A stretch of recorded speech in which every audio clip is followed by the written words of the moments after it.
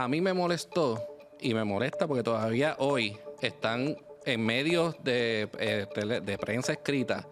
Yo vi uno en esta mañana donde está hablando de la nominada Valery Rodríguez, quien es hija de Charlie Rodríguez, el expresidente del Senado, quien es esposa de Elías Sánchez, que estuvo envuelto en el chat del verano del 19. Todo eso, o sea, toda esa descripción sobre la designada Valery Rodríguez y nada, cero, sobre el tipo de persona que es Valery. Mi planteamiento y mi cuestionamiento con DACO es, a la larga, ¿qué resuelve? Porque a la larga terminas todo en los tribunales, ¿no? Y demás. Y son cuestionamientos que deberíamos estar ahora haciendo a una nominada. Déjame explicarte, porque el Departamento de Educación se está gastando literalmente cientos de millones en programas de diversidad, equidad, inclusión. Ay, Dios mío. De Pues verdad. decir la verdad. Le dan tanto énfasis cuando pues, nombran a alguien, la reacción es, pues, ¿a quién consultó? O sea, es como si lo que vayan a hacer en la silla es de menor importancia que todo lo que pasó justo antes. Bueno, bienvenido a Sin Filtro. Yo soy Cristian Sobrino, no soy Carmen Jovet. Nuestra matriarca está en otros deberes, pero después de estas vacaciones que nos tuvimos en el programa, es hora de retornar. Así que vamos a comenzar presentando a nuestros panelistas. Primero, a mi izquierda, en todos los sentidos de la palabra. Diablo, eso es difícil. Después podemos comprar notas. Peter Miller, Un placer estar nuevamente con todos ustedes. ¿qué hiciste en estos meses? Trabajar. ¿En qué? En lo que hacemos en el bufete. Yo no sé cómo está la gente que se pone a hablar de sus casos ante las cámaras. Muy Muy bien, bien, muy muy bien. ético. Ajá. Y recuérdense, si los hablan es porque los están perdiendo. ¿Quién dijo Rolando Manuel? Iván Rivera, ¿cómo estás? Saludos, encantado de El saludarlo y de estar constitucionalista compartiendo. Iván Rivera. Y encantado. ¿Estás seguro de que no es conversar experto en con ustedes. promesa? También De todo, ¿sabes? De todo. Mira, encantado de estar con ustedes. me hacían falta, En ¿verdad? estos meses lo que hice fue extrañarlo. Ay, qué lindo. Algunos más que otros, pero lo he extrañado. ¿Por qué miraste a la izquierda cuando dijiste eso? Es porque siempre miro a la izquierda porque tengo el ojo derecho. Bueno, y aquí completando, ¿verdad? Nuestro panel, nuestro show de hoy de 4 machos hablan con una mujer. Me encanta. Emma Marrero. Hola, los extrañé demasiado. Para mi bueno. sorpresa. ¿Viajaste? Sí, estuve en España. Uf. Tropicaleo, como le estaba diciendo Javi. Muy bien. Y aquí de Pinch Hitter tenemos a Javier, el licenciadísimo Javier Vega. Saludos, Cristian, saludos a todos ustedes y un placer para mí estar aquí hoy con este distinguido panel y este distinguido Estás de moderador. Estás de pinchita por la pastora, te toca hacer la oración.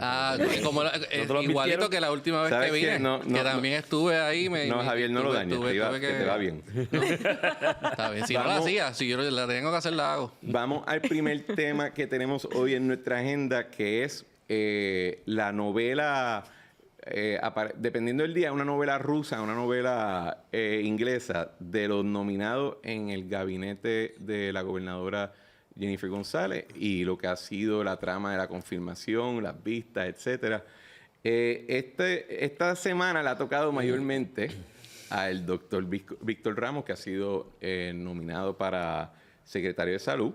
Y hemos tenido que ver, hemos todos tenido que vivir a vivo y a todo color los issues personales que aparentemente Víctor y el presidente del Colegio de Médicos, el doctor Carlos Díaz, sostenían previo a este asunto.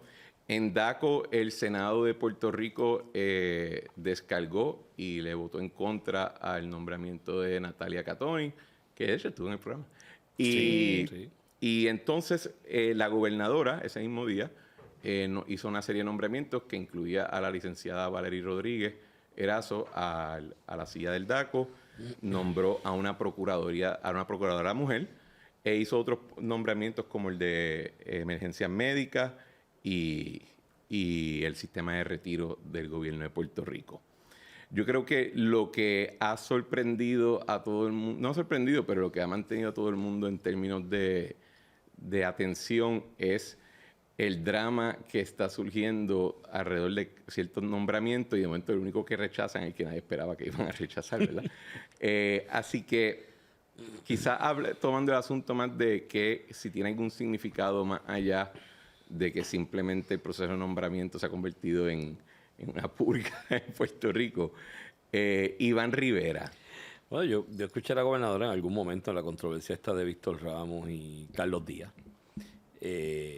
señalar que eso era una novela de Corín Tellado. Yo, cuidado, porque las novelas de Corín Tellado eran rositas, o sea, era una cuestión romántica rosita. Esto pica a veces a novela de Stephen King, a veces a novela rusa, ¿sabes? Y tiene unos elementos que meten miedo, ¿no? Y paran pelo. En ocasiones, ciertamente aquí hay una punta personalista entre Carlos Díaz y Víctor Ramos. O sea, aquí hay una cuestión personal entre ellos. Si yo estuviese cerca de ellos, los llevaba a Manresa un fin de semana, un retiro espiritual y que se reconciliaran. Pero lo cierto es que se están haciendo planteamientos por parte del doctor Carlos Díaz que yo no le estoy dando entera credibilidad porque no he visto los documentos, simplemente lo he escuchado hablar y él anda con una carpeta por ahí, le enseña y dice, aquí tengo la evidencia, pues enséñala, flaco. Creo que en ese aspecto se están enseñando unos elementos que sí pueden ir directo a al talante de capacidad administrativa del doctor Víctor Ramos, que puede ser el más buena gente del mundo, el más chévere, el mejor pediatra del mundo, pero él va a dirigir una agencia, él va a estar a unos aspectos administrativos y lo están comparando con su gestión en el colegio. Creo que la decisión del presidente del Senado es sabia. Comisión total, vengan los dos aquí, tú que estás imputando, trae la evidencia, testifica frente a los senadores y somete el cernimiento de los senadores a ver si te creen o no te creen. Y tú, Víctor Ramos, ven y explica, ¿no? Y yo creo que es lo correcto y allí ante todos los legisladores y sometidos a ese escrutinio. Creo que hoy que estamos aquí en este programa, la confirmación o no confirmación de Víctor Ramos está en unas solas manos, en las de Víctor Ramos. Hace unos meses atrás vimos que aquí augurábamos, o muchos auguraban que el nominado secretario de Recursos Naturales estaba muerto políticamente, ese es el nombramiento. Hubo una comisión total, el gallo fue allí, tuvo juego de piernas, explicó, se sostuvo yo quiero dejar y fue constar confirmado. para el récord que yo decía que tú estabas mal. Y salí. Cierto, y eso es cierto. Y fue allí y se defendió y lució bien y la opinión pública empezó a cambiar. ¿Y qué le da eso al senador? Tranquilidad. Emma, nombraron a una procuradora mujer. ¿Te sientes mejor? ¿Te sientes más protegida? Bueno, yo creo que... Lo digo porque cuando tú evalúas lo que lleva a cabo la Procuraduría de la Mujer, no es que no tiene ningún significado ni nada, pero en la discusión de la silla, a veces uno pensaría que tiene un arsenal de ejército o algo así, porque le dan tanto énfasis cuando pues, nombran a alguien.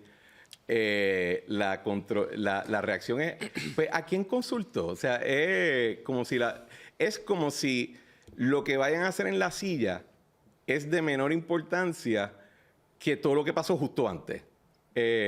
Y por eso te pregunto, porque pues somos aquí el show 4 machos hablan con una mujer.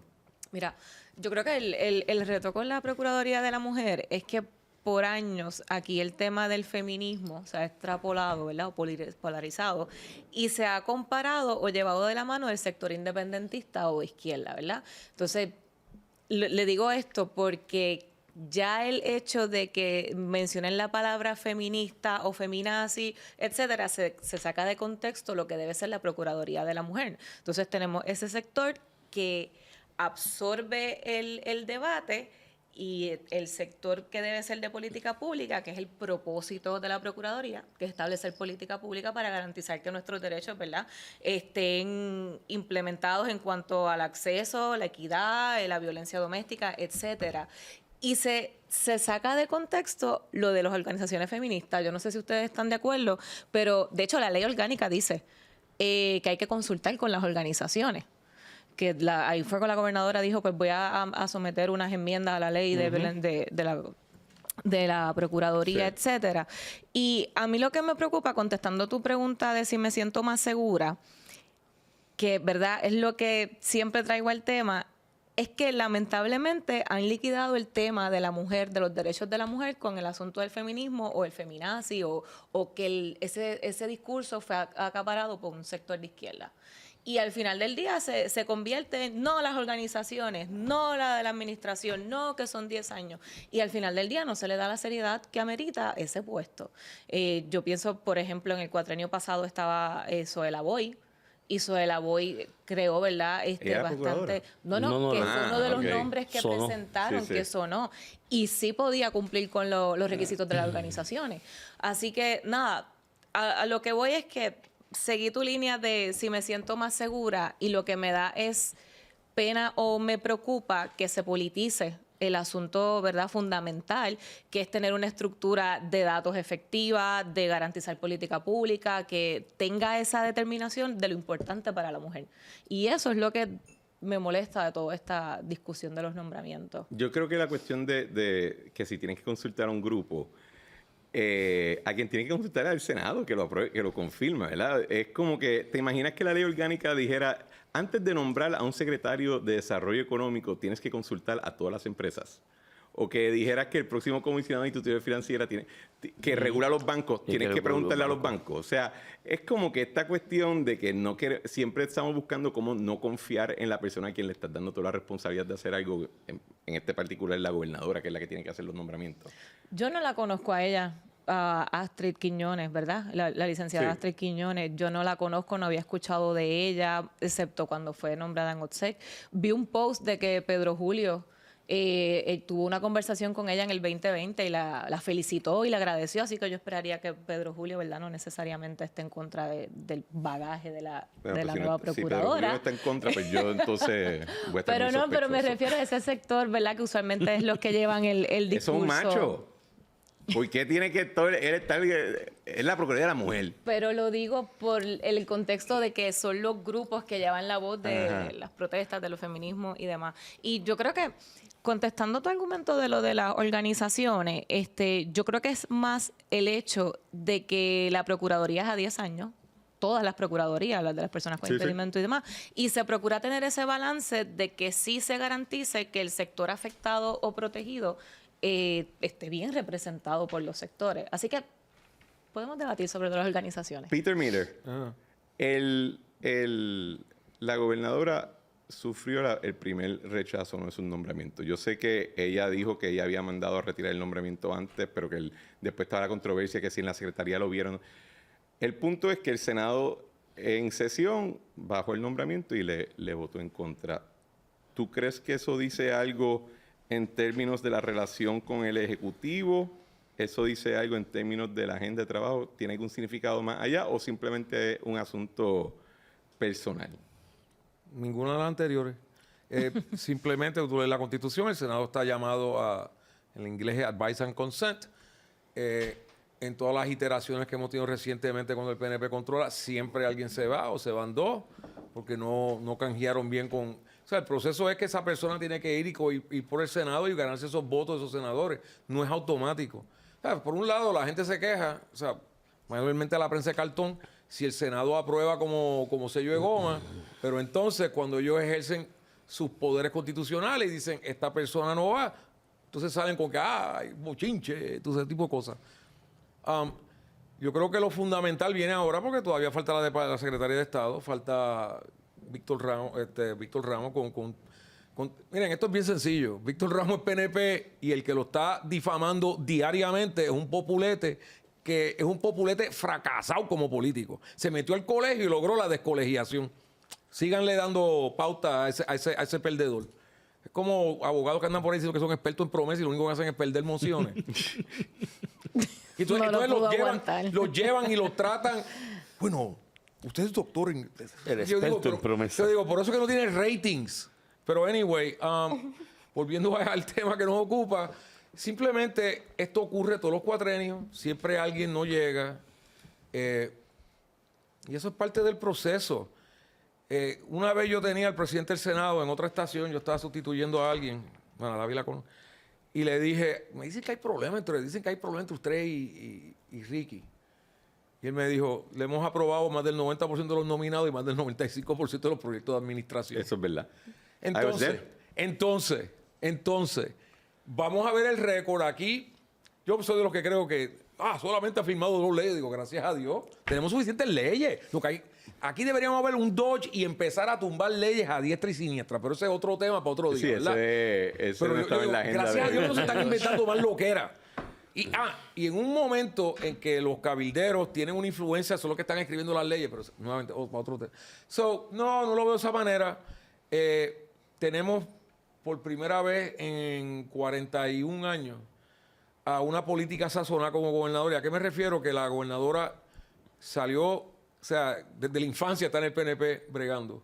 No se veía algo así desde Carlos Romero Barceló. Los otros eran más bien tecnócratas, tú sabes. Tampoco es de Guaynabo. Ella es una política sazonada.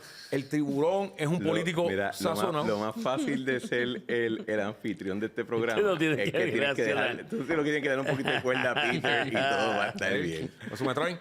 Se llama Sin Filtro, ¿verdad? Así mismo, ¿eh? Créeme que No lo dejé en el tengo carro. Entonces, Yo no lo sabía tienes. que tú tenías. tengo filtro. Mira, pero para darle un break a Javi, perdona. Y por último, tenemos un presidente de la Cámara que también es un político bien sazonado. Y eso no había ocurrido en el PNP desde Carlos Romero Barceló, que es el... Todo el mundo piensa que Ferrer porque subió al PNP. Fue Carlos Romero Barceló. Pero... Así que vamos a darle tiempo al tiempo. Yo creo que en 6 meses volvemos aquí. Vamos a ver cuál es el récord. ¿Cuántas de los nominados terminó aprobando el Senado? ¿Me entiendes? Ese tipo de cosas. Ahora, Además, la que colgaron le hicieron un favor. Porque dirigí el DACO. Que está en, Bueno, la lista, hablando- está en mi lista de Pero la estás diciendo que primera chavaron a la preliminar. pobre Valerie. Sí, chavaron sí, a Valerie. eso es lo que está diciendo Iván. Porque ok. la primera agencia en mi lista para eliminar, cuando hay que reducir aquí Ay, no, yo y hacer tengo- ajuste es DACO. yo Tú tengo llevas otros- años con eso. Pero años. Y después Años. edificios públicos. Esas No, dos- yo tengo unos cuantos que vienen antes que DACO, fíjate. Sí, fíjate. Bueno, la Pero por Procuraduría- lo menos Iván, yo No, lo lo vengo eres una escuchando obsesión una hace obsesión años. con Daco desde Mira, siempre. pero hablando de Valerie, y para ser claro, ¿verdad? No- Para no sé nuestra qué le hicieron audiencia, allí. Valerie y su esposo compañero de Elías estudio. son amigos y míos. compañeros son- de estudios nuestros. Eh, con- Pero de estudiamos Javi, juntos. de... Yo trabajé con Valerie en un momento cuando estaba en un bufete en Atorrey, así que en ese sentido pues no sé muy... No voy No vas a ser muy neutral. cerca. Está difícil. Pero cuando la nombraron a ella, sí hubo un poco un evento donde muchos de los comentarios en la tanto en redes o en noticias, etcétera, no eran sobre ella, eran sobre su marido. Elías, la gente, los que no lo conocían antes, lo conocieron cuando fungió como el representante del gobernador ante la Junta de Supervisión Fiscal. De hecho, yo lo sustituyo a él en junio, Elías Sánchez, perdón. Y pues dentro también de todo el revolú del verano del 19, pues Elías siempre ha tenido cierta eminencia en la discusión pública, pero a mí lo que me molesta un poco, y yo creo que es porque los conozco a los dos, pero le tengo y les tengo cariño, pero reconozco a Valerie como ella, ¿verdad? Que en ningún momento de ese asunto, y ha pasado con otros nombramientos, la discusión es sobre los eventos o las personas ha llegado a, y no sobre el plan que tienen para la agencia, porque al final del día no se van a sentar a hablar de su vida personal, van a tener que correr una agencia. ¿Tú has visto ese fenómeno como los demás? ¿Cómo tú crees que eso ha aportado a la discusión del tema? Pero voy a comenzar por ese mismo nombramiento de Valerie Rodríguez. Igualmente la conozco hace 20 años ya. En la Escuela de Derecho yo cuando llegué, desde ese momento la conozco. Y la verdad es que a mí me molestó y me molesta porque todavía hoy están en medios de prensa escrita. Yo vi uno en esta mañana donde está hablando de la nominada Valerie Rodríguez, quien es hija de Charlie Rodríguez, el expresidente del Senado, quien es esposa de Elías Sánchez, que estuvo envuelto en el chat del verano del 19. Todo eso, o sea, toda esa descripción sobre la designada Valerie Rodríguez y nada, cero, sobre el tipo de persona que es Valerie, que es una persona excelente, que una profesional excelente, que ha estado por más de 15 años practicando el derecho sin ningún señalamiento. Nadie puede decirte en un tribunal o en alguna gestión que ella haya realizado que ha sido antiética, que ha tenido alguna falta. Nada de eso. Entonces, no se discute cuál es el trasfondo profesional de Valerie, y lo único que se discute o que se resalta por estos medios es únicamente de quién es hija o de quién es esposa. Y hay algo también ahí para mí, o sea, de machismo envuelto en esto. ¿Tú Porque crees? lo que se está... Porque cómo... Y yo lo veo también de periodistas que son mujeres. Y lo que resaltan o lo que discuten o lo que dicen es eso. O sea, no hay una discusión profunda ni sobre... Tú traes sobre los planes que ella tiene con el DACO. Yo entiendo que nadie se lo ha preguntado porque al final del día no ha salido en ningún medio. Pero no solamente los planes que tiene, sino si ella está capacitada y cuál es su bagaje profesional. Nada de eso está en discusión porque lo único que le interesa a la prensa discutir es con quién está casada o de quién es hija. Y a mí, ese tipo de cobertura a mí me molesta. Y no es porque sea ella solamente. Ha ocurrido con otros nominados. Otros nominados lo que se discute quizás es, trabajó o donó, le donó a tal político. O fue parte de la campaña de tal político. Y nada sobre los trasfondos profesionales y si tienen la capacidad para ¿verdad?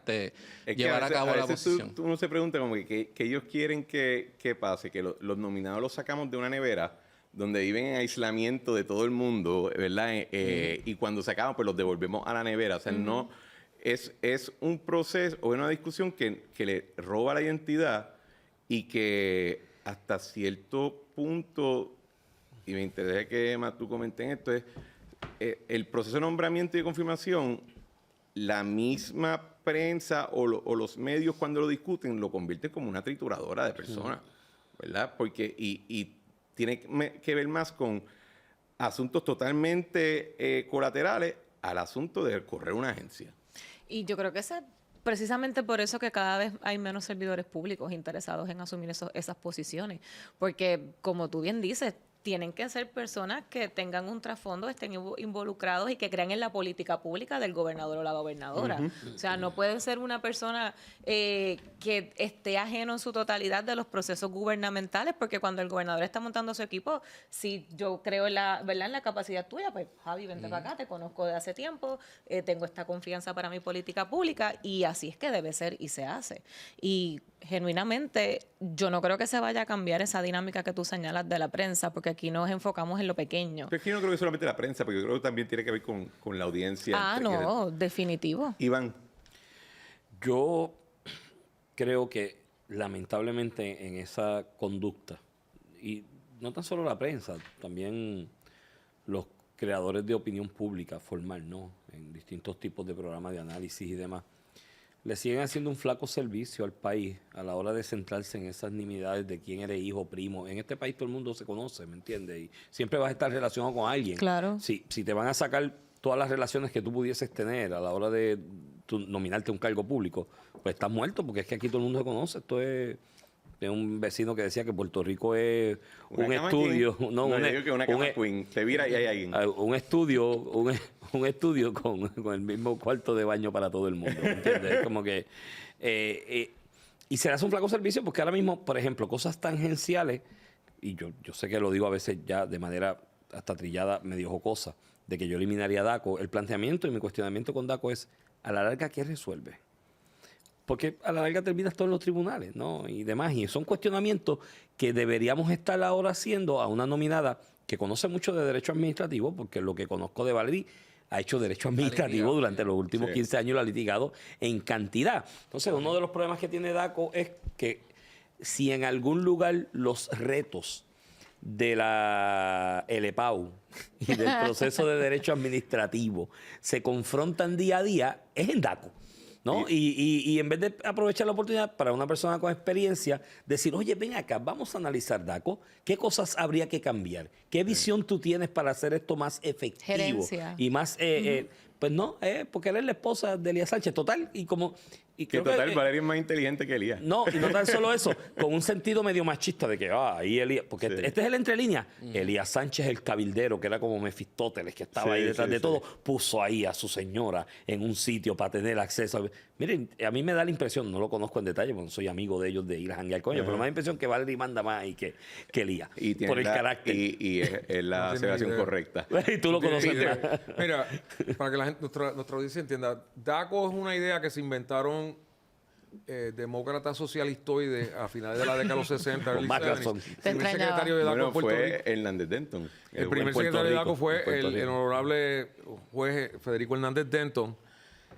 A nivel federal, la senadora Pocahontas Warren logró que se creara un DACO federal. Trump lo acaba de desmantelar como se debería hacer aquí. ¿Qué sabemos de DACO? Bueno, porque salen en Thanksgiving. Vamos a chequear de que no te cojan. Vamos a pesar los pavos. Tenemos sistemas, se llama el sistema judicial, que si alguien te está timando, tú vas y lo demandas. ¿Qué hace DACO? Bueno, pues empleo de estos de mover papel de un lado para otro. Habiendo dicho eso, Valerie es una profesional de primer orden. Tuvo los mismos paneles con ella, sí. Ha hecho administrativo, es feroz, es inteligente, es una madre dedicada, tremenda persona. Curioso que quien más la difamó con estas asquerosidades, que para mí son asquerosidades, ponerse con que la esposa de Elías... Y son mujeres las editoras de esos periódicos, ¿sabes? Son o jefas de información, ¿ok? Son las que están haciendo eso. Llegan a sus propias conclusiones. Por supuesto, eso lo señalamos en el programa de radio que yo estoy. Y no dijeron, esta boca es mía. Ahora, o sea, aquí hay dos varas y se ven siempre. Cuando es una mujer antiestadista feminazi, pues eso es una chavienda humana. Pero si es una estadista feroz como lo es Valerie, vamos a empañar sus logros. Pues les tengo noticia, Elías no cogió la revalida por ella. Elías no cogió clase con Godró en la UPI por ella. Y eso sí que es tortura china. Yo lo evité. Yo también. Bueno, antes que tengamos las confesiones de la Escuela de Derecho, vamos al próximo tema que tenemos, que es el tema económico, ¿verdad? Yo creo que muchas de las cosas que nosotros hemos hablado tradicionalmente en este programa tiene que ver con asuntos económicos, y lo que estamos viendo bajo la administración del presidente Trump, estés a favor o estés en contra de la agenda del presidente, puede representar un realineamiento en términos de las reglas que rigen el sistema económico tanto de los Estados Unidos como el del mundo, y nos afecta a nosotros, ¿verdad? Por ejemplo, en un momento la Reserva de Georgia, el Banco de Reserva de los Estados Unidos, tiene varias subsidiarias que son regionales, y la de Georgia había pronosticado una posible recesión. Tenemos el asunto de cómo se han estado implementando aranceles a diferentes países, se quitan, se restauran, y ya muchas personas que son conocedores del tema están pronosticando una desaceleración económica en Estados Unidos, entrar en recesión y posiblemente la inflación.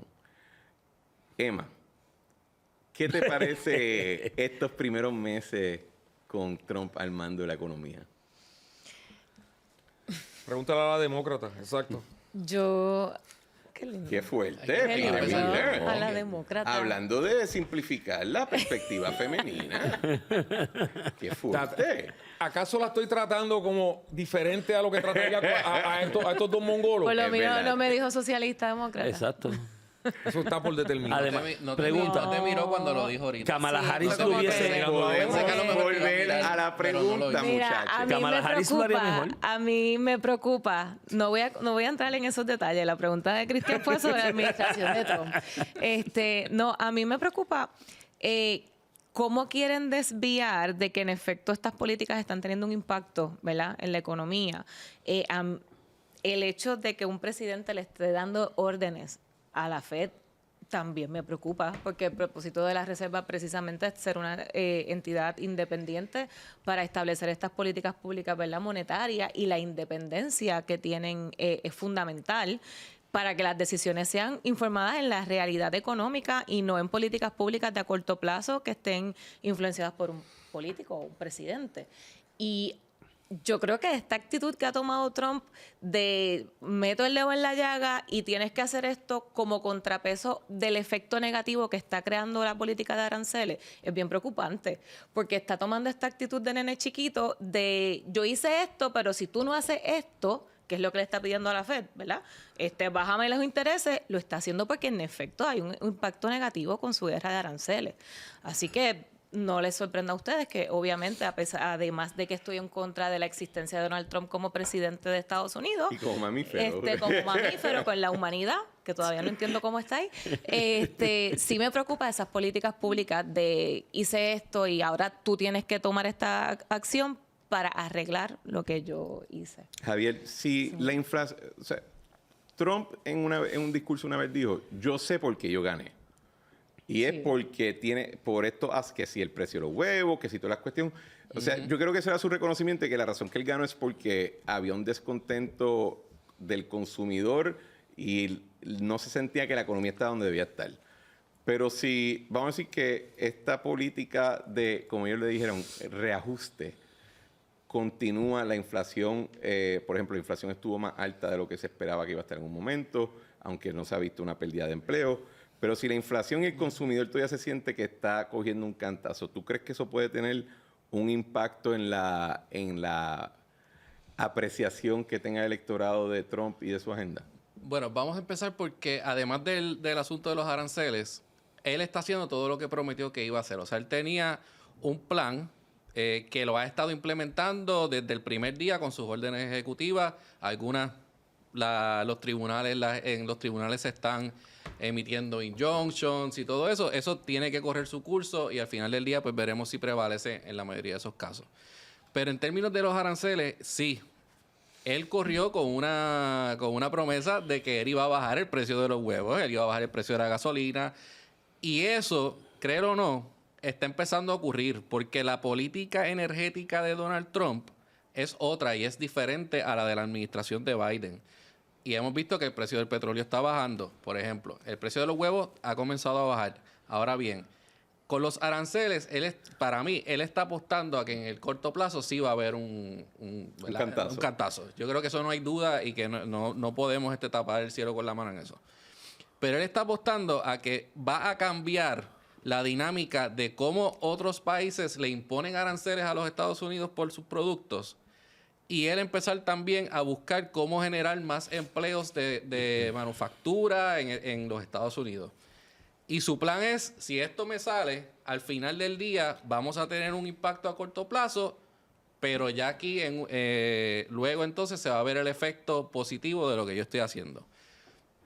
Queda por verse si le va a salir. Pero para mí ese es el plan de Iván, en tema de los aranceles, para mí ha sido un poco interesante cómo se ha cubierto acá en Puerto Rico, porque la única razón que Puerto Rico en un momento se movilizó fuertemente hacia la manufactura es porque Estados Unidos ponía aranceles.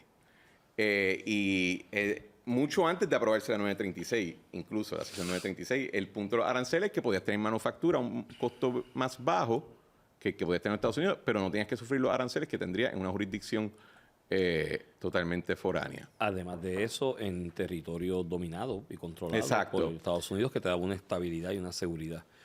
Yo siempre dije, y te hago esta anécdota, de hecho, yo en algún momento le escribí una columna, que yo no entendía la estupidez de los líderes del Partido Popular Democrático en cuanto a esto de la división entre demócratas y republicanos con Trump y la figura de Trump. La dirección del Partido Popular Democrático en Puerto Rico, ahora dirigida, hablando del precio de los huevos por Pablo José,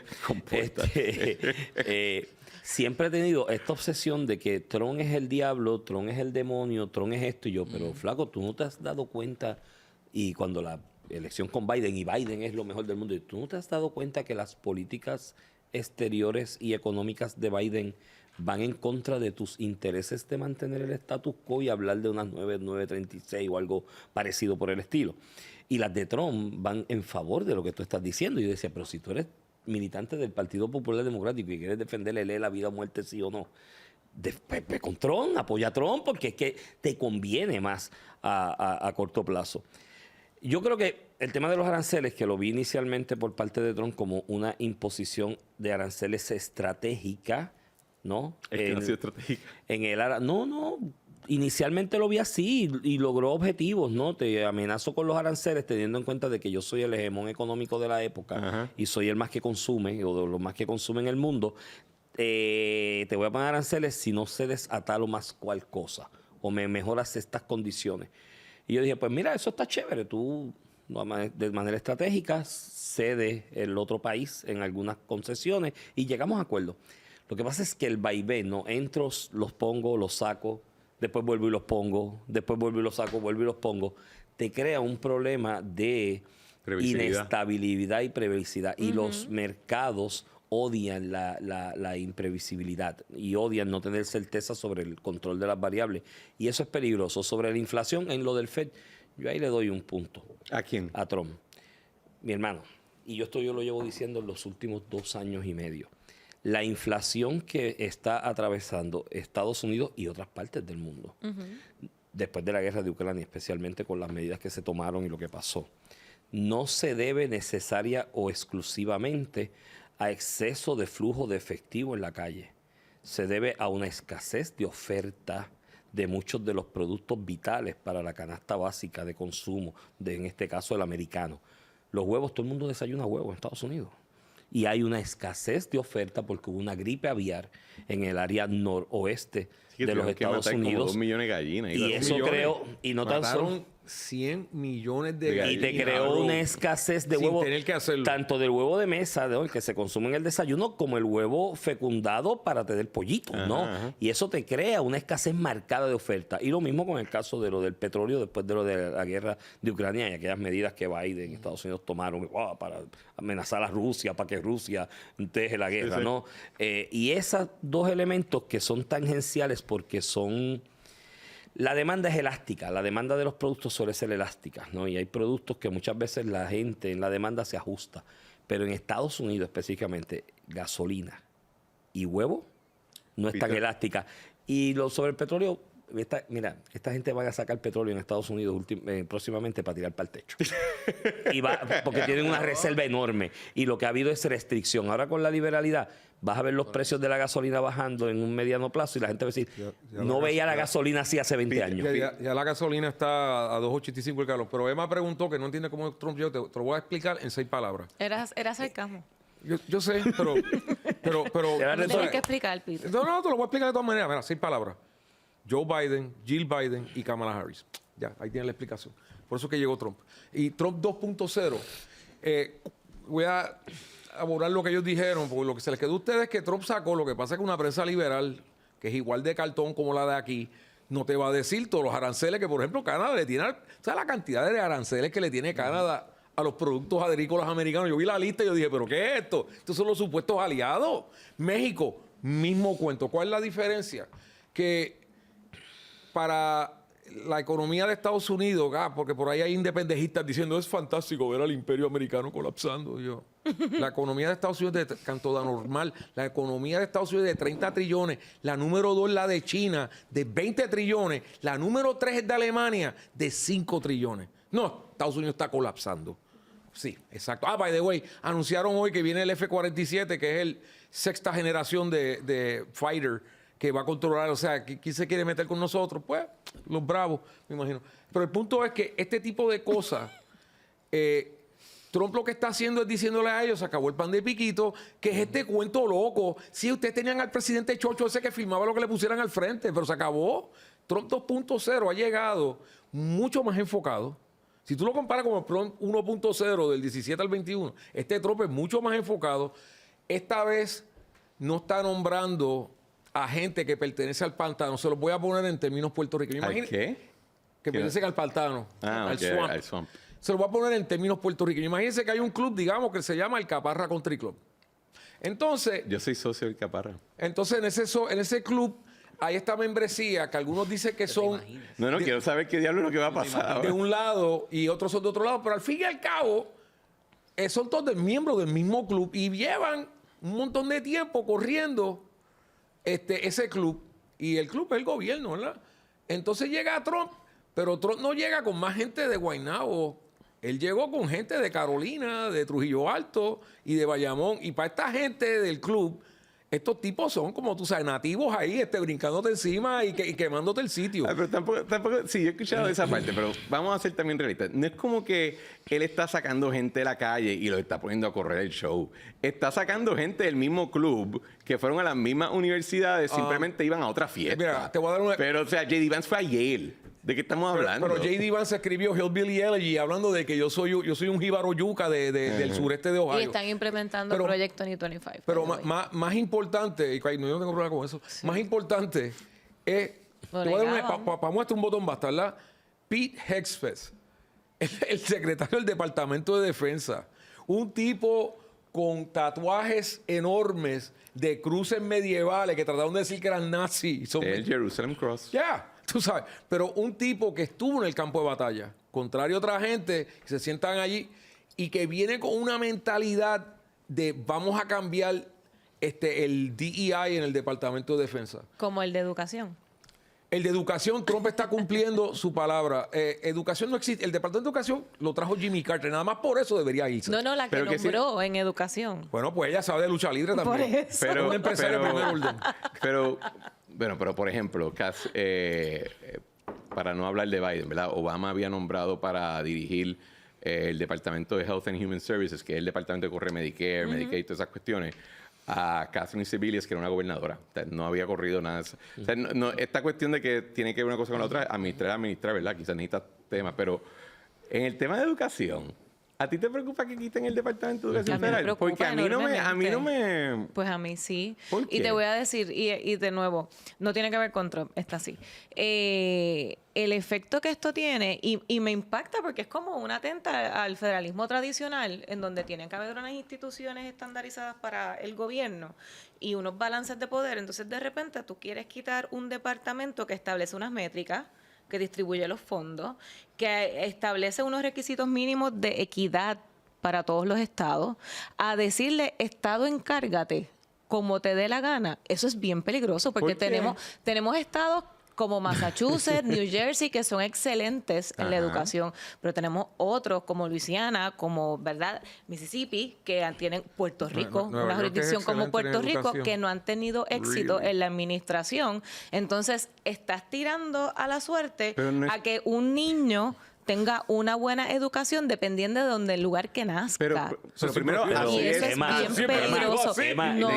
lo está No. pasando bajo No, el y les voy a Departamento decir de Educación por qué Federal. no, por qué no. Existen los programas de título 1.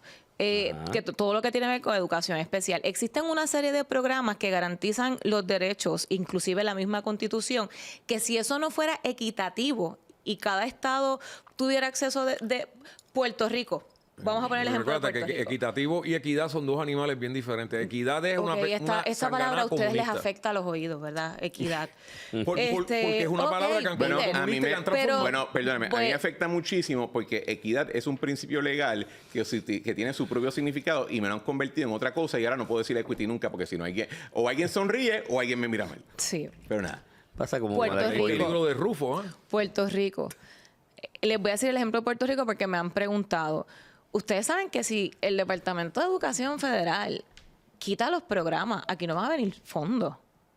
Nadie está pensando en eso. La mayoría del presupuesto federal que viene a Puerto Rico es por programas como Título 1, 4, o sea, y específicamente por los niveles de pobreza, por el desaprovechamiento académico que hay en Puerto Rico. Entonces, si tú me quitas esos programas, ¿qué dinero va a venir del gobierno federal a Puerto Rico? Pero, Emma, yo sí, y con ¿Quién- esto brinco quién a va a Javi. asumir ese gasto? Vamos a ponerlo de esta manera. Cuando aquí se habla de la era dorada de la educación en Puerto Rico, es cuando no existía Departamento de Educación Federal. Todavía se reciben fondos, claramente, ¿verdad? Porque no es como que... dijeron, vamos a tumbar el Departamento de Educación. No dijeron, vamos a tumbar la escuela. Y creo que no debe estar fuera de orden que cada cierto tiempo el aparato gubernamental revalúe si debo tener esto o no debo tenerlo. Pues si él decía que lo iba a quitar y ganó, pues lo... O sea, creo que estamos hablando de diferente. Pero Javi, ¿cómo tú lo ves? Yo lo veo igual que ustedes, o sea, no igual que Emma. Ah, no, obvio. De todos ustedes menos Emma. Yo no he hablado, tú no sabes cómo yo lo veo. Pero- Iván le va a molestar. No, Iván, pues no voy a hablar por Iván. En términos de lo que está ahora sobre la mesa y lo que es la política pública que está trayendo Donald Trump es más control a los estados.